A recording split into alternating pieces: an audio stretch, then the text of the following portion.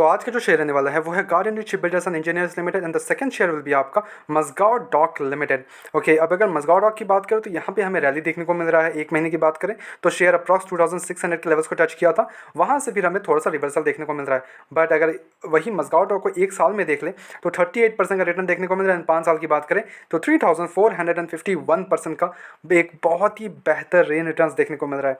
Now अगर आप इसके गार्डन रिच को चेकआउट करोगे तो गार्डन रीच में चेकआउट करें, अगर एक साल की बात करें तो एक साल में कंपनी 44% का रिटर्न देखने को मिल रहा है, इतना गिरने के बाद भी अभी भी, ठीक है। और अगर वही 5 साल की बात करें तो कंपनी ने दिया है 1402% का एक बेहतरीन return.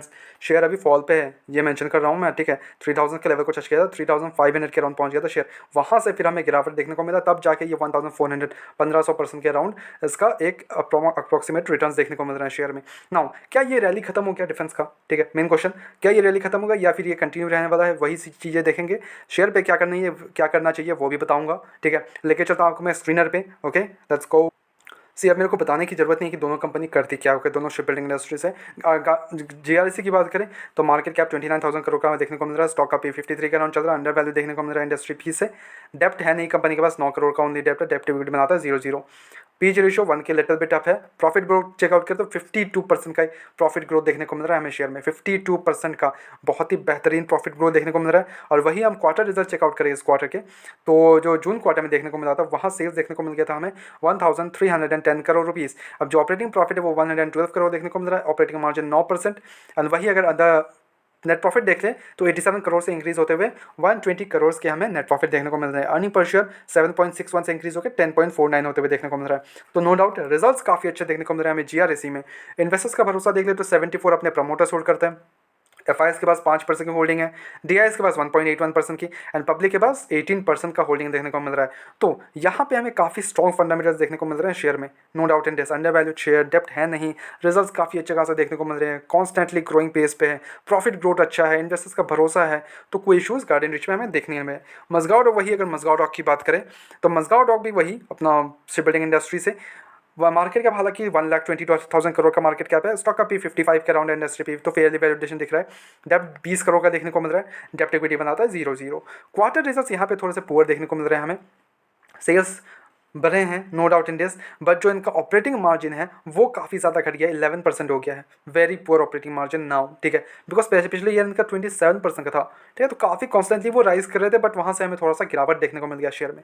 And at the same time अगर कंपनी के नेट प्रॉफिट चेकआउट करें तो 696 करोड़ से गिर के 452 करोड़ का देखने को मिल रहा है, और अर्निंग पर शेयर 17.26 से इंक्रीज होकर गिर के 11.21 हो गया। तो यहाँ पे हमें थोड़े रिजल्ट्स गड़बड़ाते हुए देखने को मिल रहे हैं मजगांव डॉक में। वही इन्वेस्टर्स की बात करें तो यहाँ पे प्रमोटर्स के पास 81% का स्टेक अभी भी है, तो यहाँ पे ओएफएस आने का खतरा मंडरा रहा है। एफआईएस का स्टेक 2.57, डीएस के पास 5% का स्टेक है, और वही पब्लिक के पास 11% का स्टेक है। सी, अब दोनों ही शेयर में चेकआउट करोगे तो फंडामेंटल्स नो डाउट स्ट्रॉन्ग है, बट मजगांव डॉक की बात करें तो यहाँ पे रिजल्ट्स थोड़े पुअर देखने को मिल रहे हैं। तो ये कॉन्स्टेंटली ऐसे, अगर देखो रिजल्ट्स एक क्वार्टर में भी हो सकता है खराब हो, सेकंड क्वार्टर में भी खराब हो, कोई इशूज़ नहीं, बट अगर ऐसे कॉन्स्टेंटली खराब होते जा रहा है तब हमें थोड़ा सा सोचने की बात आती है। फिलहाल के लिए अभी तो इसमें कोई इशूज़ नहीं है, ठीक है, मजगांव डॉक में, बिकॉज यहाँ पे थोड़ा सा गिरा था पिछले क्वार्टर, जो आपका मार्च क्वार्टर होता है वहाँ पे गिरा था, ठीक है, वहाँ से फिर रिकवरी कर रहा है। तो आई होप कि नेक्स्ट क्वार्टर और अच्छा जाए इनका। तो यहाँ पे हमें क्या करना चाहिए, अगर आप ऑलरेडी इन्वेस्टेड हो तो भाई होल्ड करो, ठीक है, होल्ड करो, no doubt in this. But यहाँ पे अगर आपको न्यूली फ्रेशली इन्वेस्टमेंट की तरफ जाना है देन गो अहेड, इन्वेस्ट करो, बट एक लॉन्ग टर्म पर्सपेक्टिव से चलना, और एक साथ पैसा मत डिप्लॉय करना, उसको एक डिवाइड करके पैसा डिप्लॉय करना है कि 25% अभी डाल दे रहे हैं, 2900 के अराउंड चल रहा है शेयर, तो हम अभी डाल देते हैं, 2600 के करीब पहुंचेगा तो we will deploy the another 25%। वहाँ से गिरावट देखने को मिलता है शेयर में, डिफेंस सेक्टर में, तो यहाँ पे हमें और थोड़ा सा 25% ऐसे करके डिप्लॉय करो अपना पैसा, and then hold it for a longer period of time. समझ रहे हो बात को। वही गार्डन रीच की बात करें, अगर आप जीआरएसी को देखोगे तो यहाँ अगर आपने मेरे पिछले के वीडियोस चेकआउट कर रहे हो, पहले के अगर फॉलो कर रहे हो मेरे को अच्छे से, देन मैंने आपको बताया था कि देखो काफ़ी अच्छा खासा भाग चुका है शेयर। यहाँ पे हमें क्या करना चाहिए था, प्रॉफिट बुकिंग करना चाहिए था, मैंने किया, मे भी आपने किया हो, नहीं किया हो, कोई इशूज़ नहीं। अब वहाँ से हमें गिरावट देखने को मिल रहा है, मैंने बताया था आपको कि 25,000 के 2500 के राउंड आ जाएगा शेयर, आया भी, फिर अभी थोड़ा थोड़ा करके रिवर्सल देखने की कोशिश कर रहा है शेयर में, बट कोई इशूज़ नहीं, आप एक लॉन्गर पीरियड ऑफ टाइम के लिए जा सकते हो शेयर में।